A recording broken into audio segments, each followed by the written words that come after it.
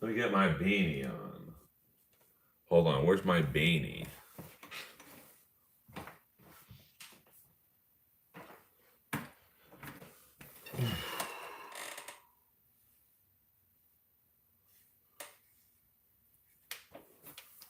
Got a different background. Let's try this out. I'm a work in progress. There we go. Hello.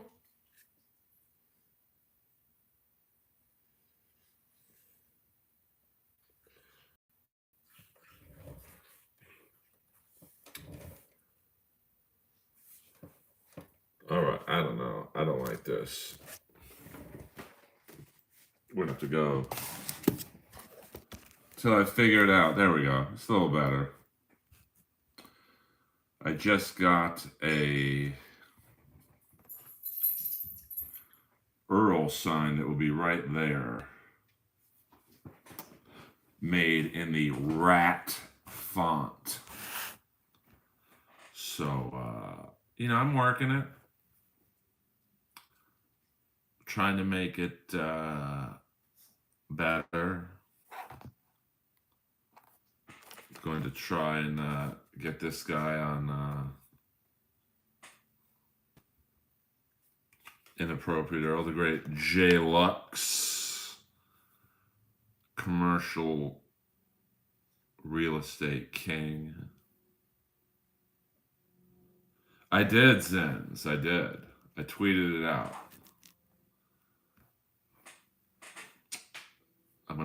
I'm experimenting with different times and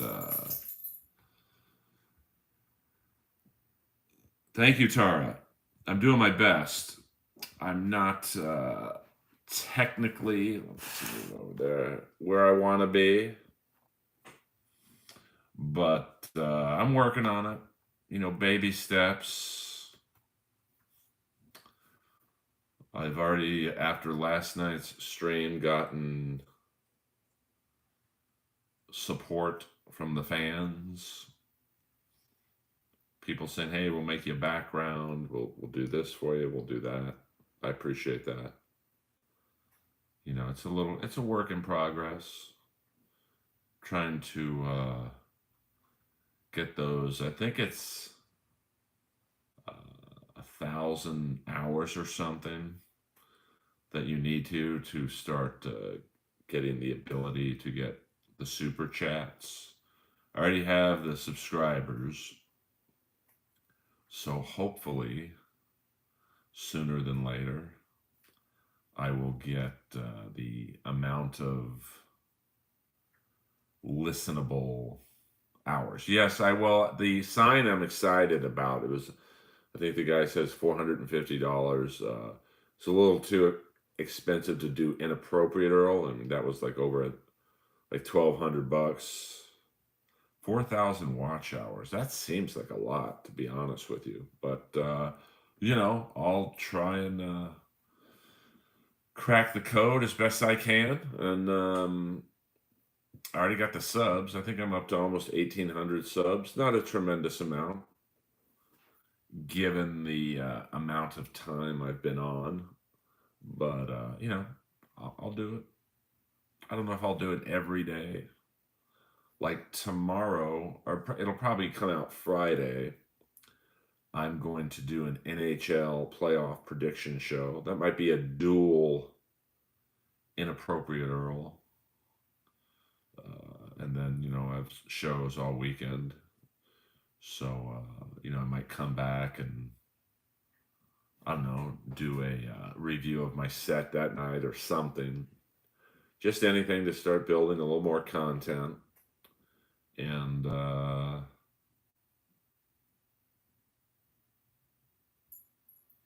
yeah, yeah. Well, Zen's, I'm very open to you doing whatever you need to do. That's my Santa's little helper. That's Earl's little helper, Zen's producer, giving me ideas for getting those content hours met. And even when I meet them, I'm not going to ask my fans for money. I mean, if you want to super chat me, great. If not, I'll still answer all questions. I have to put them on. We'll talk about it later, I guess. I don't know how to do that, to be honest with you. I'm very low tech. I mean, it took me about hours to figure out, okay, if I get a sign that says Earl in the rat font, what angle would it show? So where that picture is, I'll probably put it. And as you can see, my Sting doll right there, my Rowdy Roddy Piper, unopened bottle of bubblegum soda, and that's my Kiss framed CD of Dress to Kill. No, I'm sorry, Destroyer. And autographed by the original four members. And, it's a very bare bones background. I'm all out of bubblegum. So I'm going to kick ass. And then, let me see, what else? Everything else is, here's a picture of Annie. I often talk about Annie, the rescue dog. That's Annie right there. She's sleeping in heaven right now. Look how pretty that dog is. And if you hear something right now,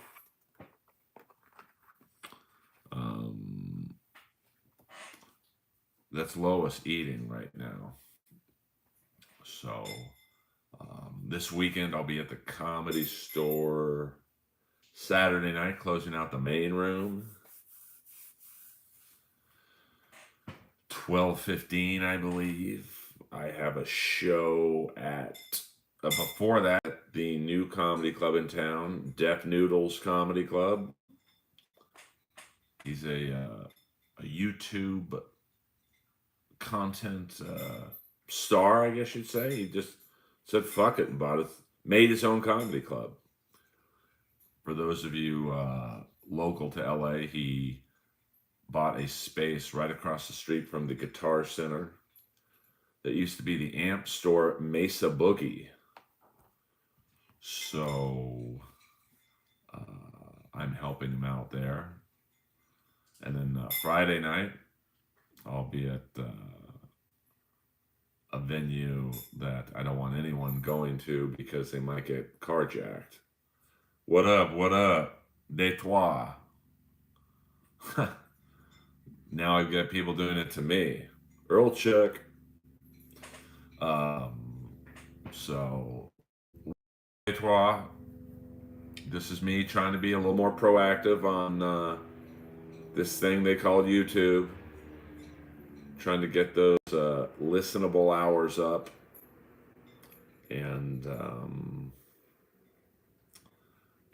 Paco in the house. This is the early Earl show.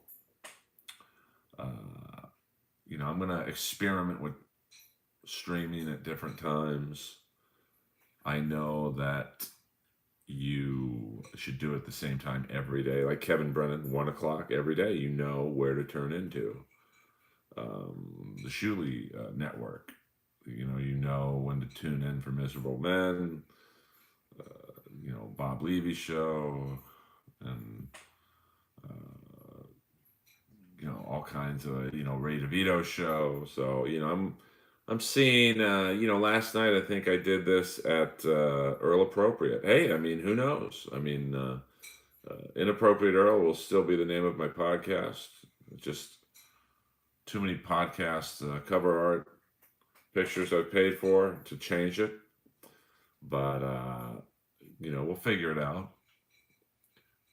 Tonight I'm going to take yoga about 2 hours, and then I'm going to watch a little bit of AEW wrestling.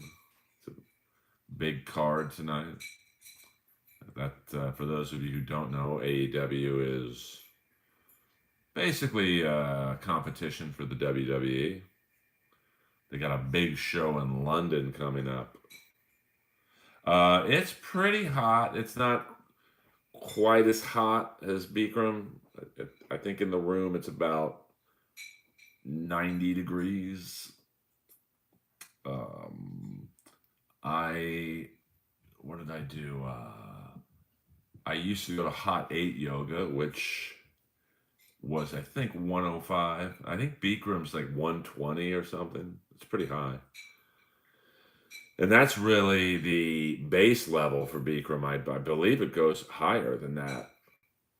I don't know if I could do that. I mean, my first class at Hot 8, the teacher saw me walk in. She's like, "You've never done this before, have you?" And I was like, "Not really." And she's like, "Just stay with me. Go in the back. You want to leave after 2 minutes. Your body will adjust. About 20 minutes in, you'll feel like you're going to faint."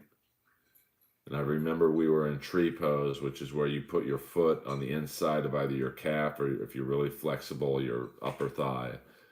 Uh, and I felt like I was going to faint.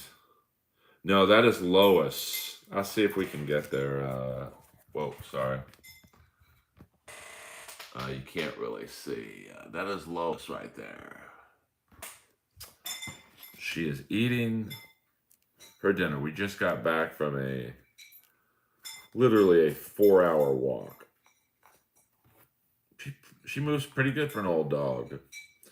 So, and now I'm gonna probably do a 20-minute stream, take a little nap. Yoga is very hard for me, to be honest. And then I'll probably go, I'll watch a little bit of AEW. And then I'll go to the Comedy Store. And Lois is, I'm 54. Lois is at least 12. She's outlasted 4 girlfriends and 4 other dogs. She is what you call a warrior. So, and she's got a couple years left. I mean, she moves pretty good for an older dog. I mean, put it this way, she can still go on a 4-hour walk and survive. So, I'm trying to, um, and I feed her really well. That dog eats more higher quality food than I do. So, she means a lot to me. That's a great, I saw that guy, Paco, I used to be an usher at Good Shepherd Church in Beverly Hills, not because I was religious or anything, but I'd go to Sunday 5:30 p.m. mass. All the hot girls would go there for whatever reason. So I would just sit in the back with a collection plate, and it's a good way to talk to women. And one time, Patrick Michael Kelly, he donated like $20 or something. I'm like, "Warriors, come out to play." And he kind of laughed. I also saw the actor Dennis Farina there. And I'm like, what did I do? I said, "Hey, you're Al Lombard." And he's like, "No, my name's Dennis Farina." I'm like, "No, Al Lombard from Miami Vice. Come on, man. They brought you back twice." And then he kind of looked at me like, "Get out of my face, dude." So I love meeting celebrities like Dennis Farina, like who was a working actor for like 40, 50 years, not famous, but not, obviously very, well known. And if you're an acting fan, I think he was in Get Shorty. And he was, I guess you'd say, a character actor. I think he got his start in Michael Mann films. He was in Thief, Miami Vice, and obviously his probably what he's most known for, Michael Mann's show Crime Story. And the funny thing is, in real life, he was a Chicago cop, and he arrested John Santucci, who was a jewel thief, and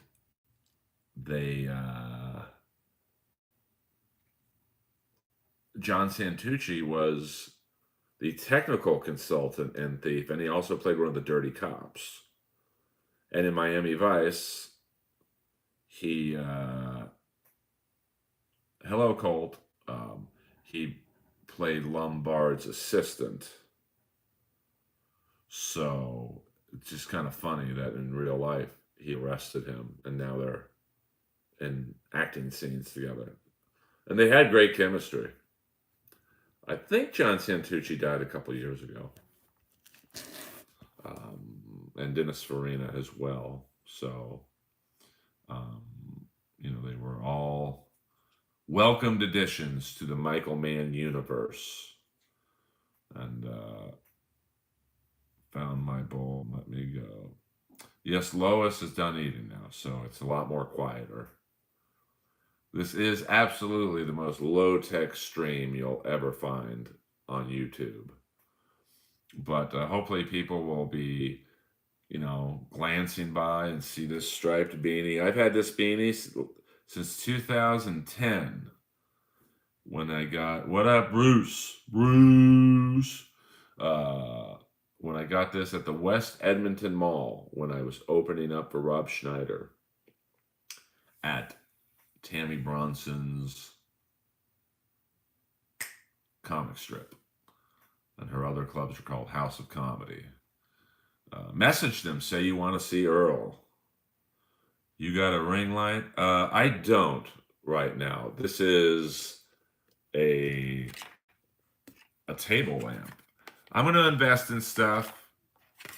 I'm going to get a new iPad. I'm going to, like I said, in about a week, I'll have the Earl sign up. Probably, I have plenty of microphones here, but I think you guys can hear me fairly well. And, it hopefully in a couple weeks, hopefully in a month, it will not look like this. But right now I just want to, I'm like a little kid. I just have to start something, and then with each week it'll be better, hopefully. And we'll get to those 4,000 hours of listening content. Like I said, Friday I'm going to do a stream, NHL playoff predictions. So hopefully, and with the right tags and whatnot, hockey fans, because I'm pretty knowledgeable about hockey, it'll get picked up and get a significant amount of hours with that. Yeah. Well, here's the funny thing, Colt, is the first video I believe I ever put on YouTube. It was what made me join YouTube. Went not necessarily viral, but it got 100,000 views, and it was my throw up scene in Benchwarmers. And Lenny, you're out of control. Abs are looking good. So I just thought it would be, oh, this is easy. My first video gets 100,000 or near 100,000 views, but I didn't realize you had to crack algorithms and stuff like that. So yeah, but if you have any hockey questions, save them for Friday's stream. Probably do it around 1 p.m. my time. That's Los Angeles time. And I'm excited. Hockey playoffs are always on another level, and I can't wait. I love hockey, as you guys know. My Kings are looking. We got to get Fiala back. He said, can't lose your leading scorer and have it not affect you. But and we got Mikey Anderson back, and it's still, I think, up in the air who a few teams will be playing. The Kraken could, I think, catch the Kings because they have us beat in the regular season. So if it's a tie, they will get the better seeding. And, it's so close in the East and West with the playoff positioning. It's even the next tonight and tomorrow are crucial. Oh my God. Yeah, I love Wally George so much. My favorite Wally George episode. Oh yeah, Detroit. I definitely have some ideas. My friend told me about some show that just does reviews of, I think of like Vanderpump Rules or something, and they get like tons of hits and whatnot. So ultimately, I'm doing all this so people come to my comedy shows. I should be more known than I am, but that's my fault, to be honest with you. Um, so yeah, I mean Wally George. To explain him to people who aren't familiar with him, he was basically Sean Hannity before Sean Hannity.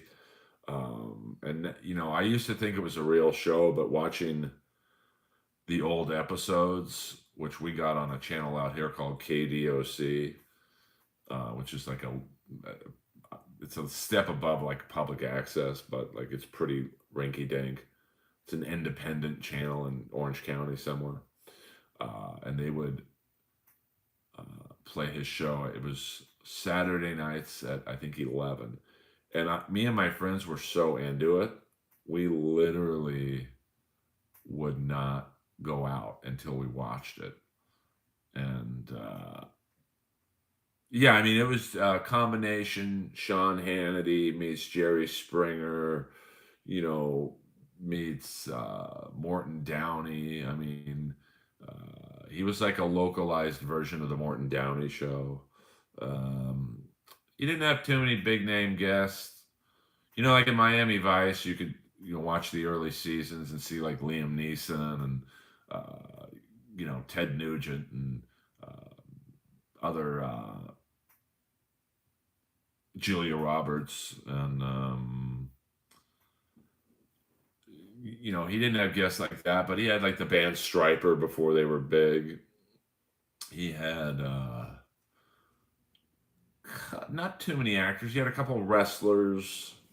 Um, but the funniest episode to me was, most people would play the straight man to Wally. And in the early seasons, he had a co host named David Kennedy, which David Kennedy is kind of like Phil, the manager from The White Shadow. There's virtually nothing on the internet about. If you Google David Kennedy, host or co-host of the Wally George Show, there's nothing. Like they don't say. I mean, I'm assuming he's dead because he was pretty old back then. But and like if you are a fan of the TV show The White Shadow, which I am, uh, Phil, the manager, was in every episode. But didn't have very many speaking lines. He was kind of like my role in I'm Dying Up Here. He was in the show enough to say he was in it, but not really. Like I don't think he could get laid telling girls, "Hey, I'm in the White Shadow, baby." Um, but Wally had a drag queen on. Now you got to understand, this isn't. Now we have RuPaul's Drag Race and other drag shows, and we have Logo. A network, dedicated to gay themed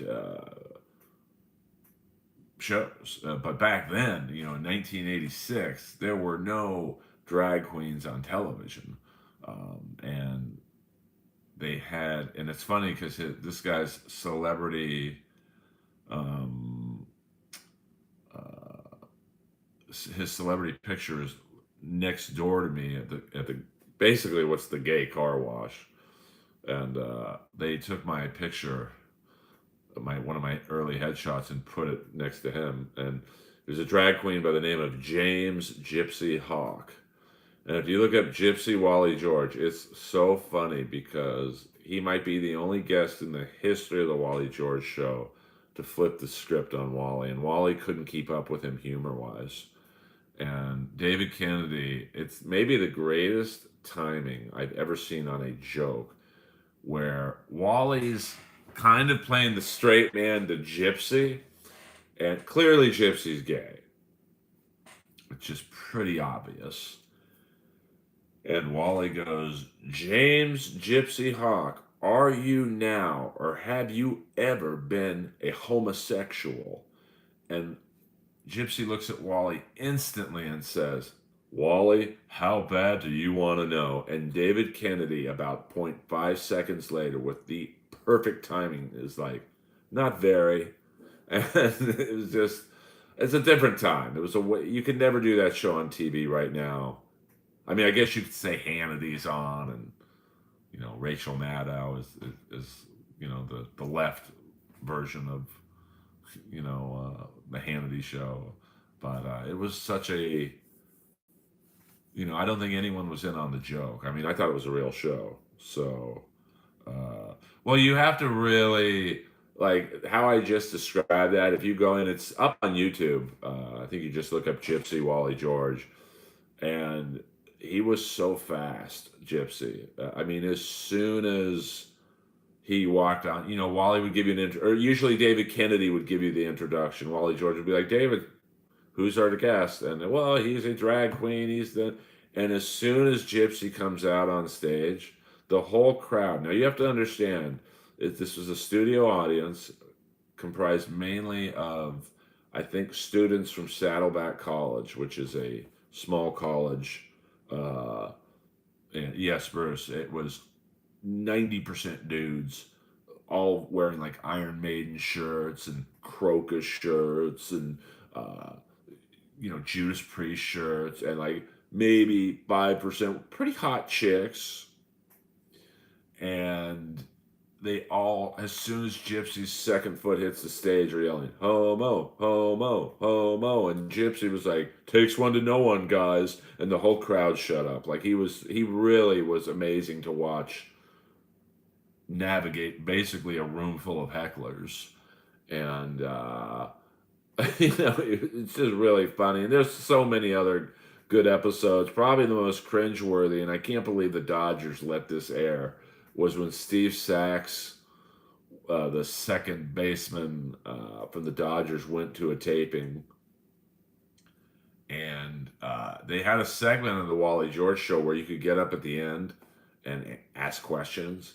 And Steve Sachs got in there, and I don't remember it completely, and it's probably on YouTube if you look, but it was kind of like an anti-gay like rant, and it's like Jesus, bro, like, and I think he was wearing a Dodger jersey, like it definitely like would not fly today, um, and oh, and he always would have like mud wrestlers on and strippers, and he had this one mud wrestler he would always bring back, Renee Vickery, Vicary.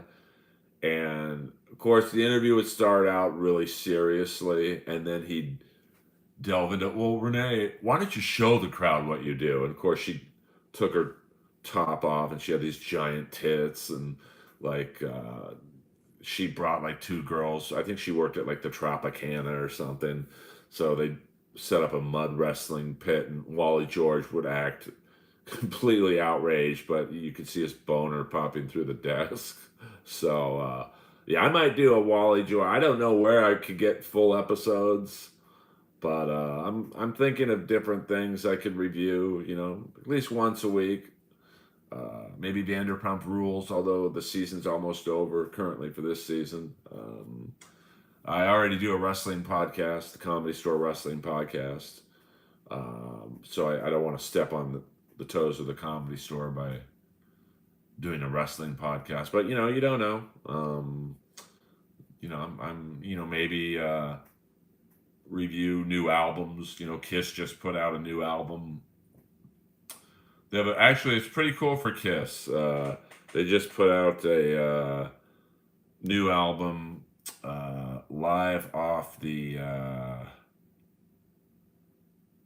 soundboard, and they put out one last week where it's the only known recording with Mark St. John, who was literally in Kiss, I think, 9 months, and he played 1.5 shows with them, and live off the soundboard from Poughkeepsie. And it's unintentionally funny, some of Paul Stanley's stage raps. I believe I actually almost got Johnny D from Brittany Fox a job in Motorhead when I was dating the manager from Motorhead, and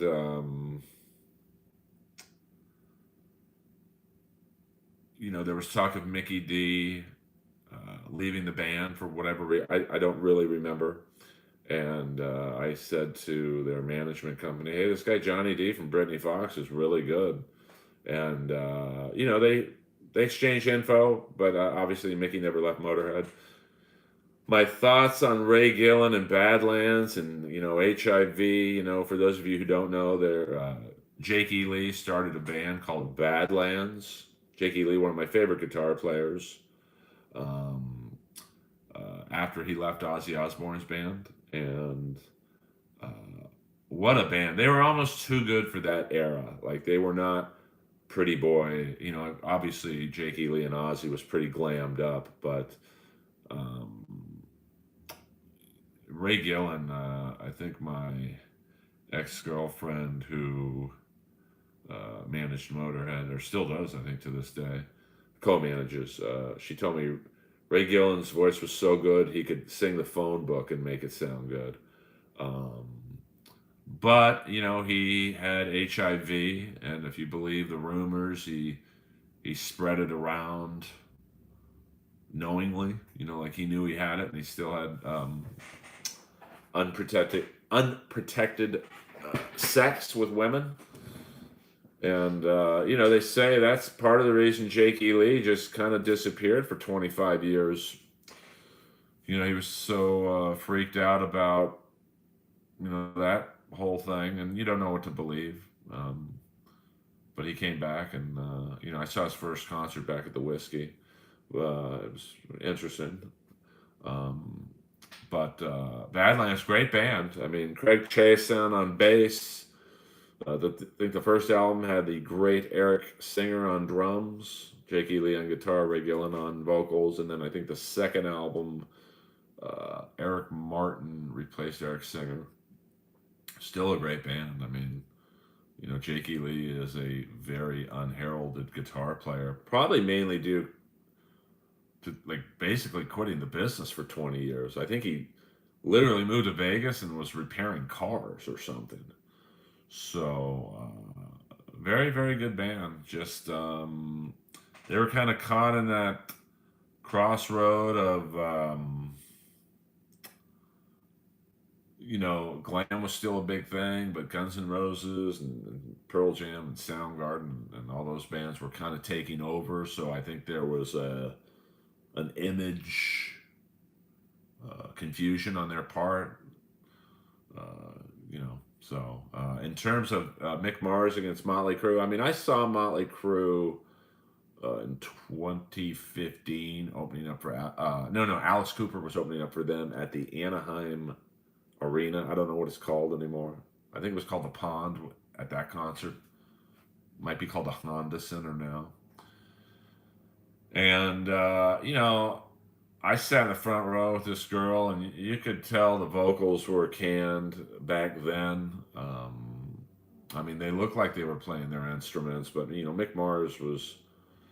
He seemed to be, I guess I'd say with Tommy Lee, the only ones playing. I mean, there's a few times, Nicky would like raise his hands in the air like this, and you still hear the bass being played.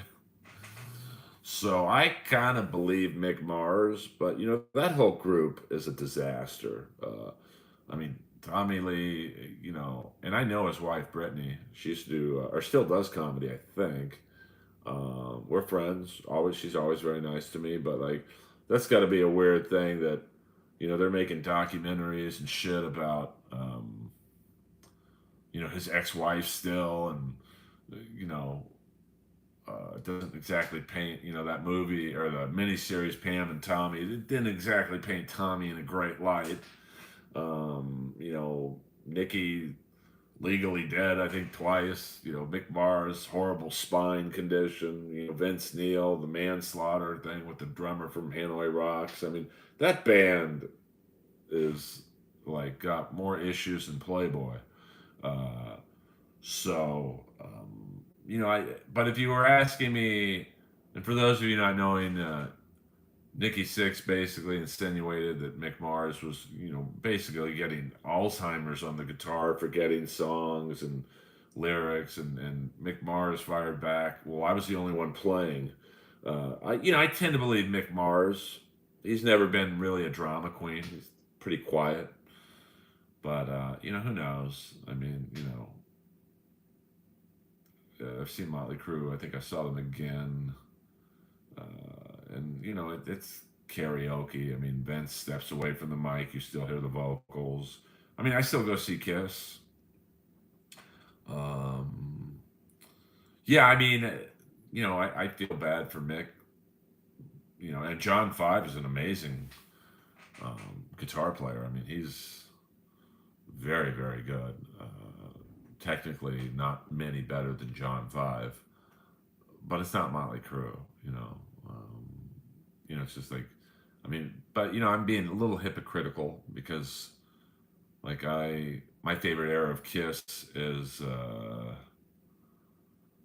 with Vinnie Vincent and Mark St. John, and that's virtually everyone's least favorite era because it ain't Ace. I don't know about the Gordon Lightfoot news. Did he molest someone or something? I just assume whenever someone says, "Did you hear about?" I just assume they're a pedophile. Uh, I hope I'm wrong. I hope he's helped an old lady across the street and people were surprised by it. Um, but Vinnie Vincent, I've been approached possibly about interviewing him. I'll keep you guys posted. I don't talk about Jeff Ross anymore. He is what he is. So there you have it. If anyone has a Nuno Betancourt story, it's good. I really don't. I mean, I met him. I met Nuno Betancourt once at the Comedy Store. Very nice, very quiet. I mean, he definitely has a vibe to him. Uh, oh no. I mean, you know me, Lemmy. I just I mean, people are sick of me talking about it. So about roast battle and whatnot. So, um, I mean, my thoughts are pretty well documented. I don't take back one word I've said, and it's just it was unfortunate that that was my first TV experience. So, just that's the business. And some people, I don't think I'm bitter about it. I just think I'm honest. And, some people aren't. Like I was telling someone today, actually, on my walk with Lois, uh, about Larry Wilcox, who played Officer John Baker in Chips. He was lied to. He was supposed to play Sonny Crockett in Miami Vice. And he was so far into the progression of the casting that he was the one that like Denzel Washington screen tested for Tubbs with, and he was doing like some of the choreographed fight scenes you saw in the pilot, I think. And then at the last second, they just gave it to Don Johnson, and I've never heard him say a bad word about anyone from Miami Vice. I'd be fucking pissed. Like, at least be honest with me and tell me you're waiting for Don Johnson. But don't string me along acting like I'm the guy when I'm clearly just holding the place. Oh, yeah, Bruce, 100%. Like, uh, I don't regret one thing I said about my time on Roast Battle. I love the show, like, because I was on the show from day one. And, there was a lot of good times. And I do have. Funny thing is with this beanie, I played a ball hockey tournament in Vegas, and this Canadian team. I have a really hard shot in ball hockey. Like I have an NHL speed shot. I'm not joking. Uh, and the whole time in this tournament, the 3-day tournament, I heard, "Don't let Waldo shoot. Waldo's got it. Get him."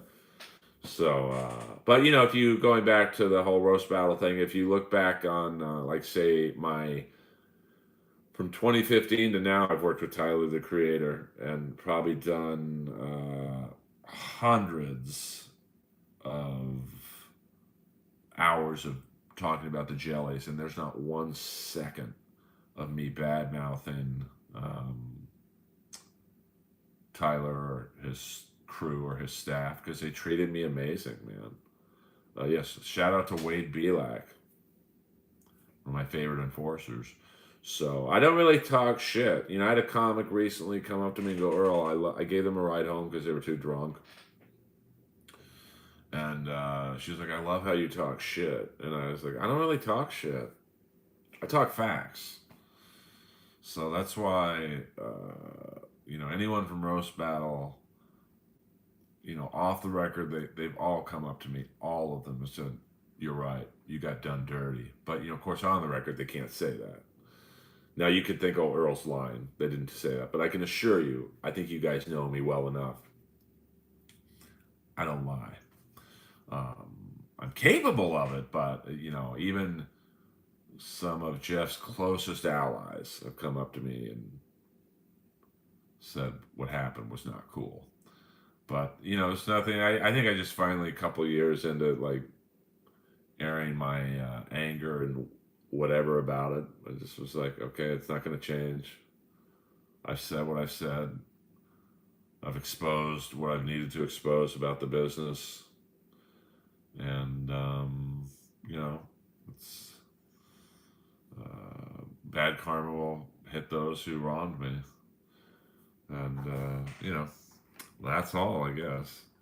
Like, that's why I love working on the Comedy Store Wrestling podcast. It's amazing. Like, Eddie and John, who are the other two hosts, we all work as a team. We all set each other up for, laughs and lines that the other two can hit out of the park. And so, I mean, that's the way it should be. That's the way the Jellies was. That's the way I'm Dying Up Here was. In the early years of Roast Battle, that's how me and Moses were, and a lot, I made some lifelong friends. Tom Ballard, I still talk to. I talk to Jimmy every time, Jimmy Carr, every time I see him in LA. Sarah Tiana's one of my best friends. So, I will, Lenny. Thank you for the listens and all the help in the past, all the retweets and shit. I really do. I don't have a lot of fans, but I do have a fair amount that are good to me. Lenny's always retweeting stuff. Zen's producer is always giving me technical help. Helps me with my Patreon. And I only have 12 members, I think. I'm not doing it for the money. I mean, if I was doing stand-up for the money up until recently, I wouldn't have done it for more than a year, if that. So, I'm going to take it's 6:15 now. I'm going to take my pre-yoga nap. Lenny, you're the best. Zen's, to the 9 people listening, I appreciate it. I'm not asking you for money or anything, but if you can share this on whatever you share stuff on, that helps me out. Tune in Friday, somewhere around 1 p.m. West Coast time for my NHL preview. This has been the Early Earl Show, an offshoot of the Inappropriate Earl Show. See you later.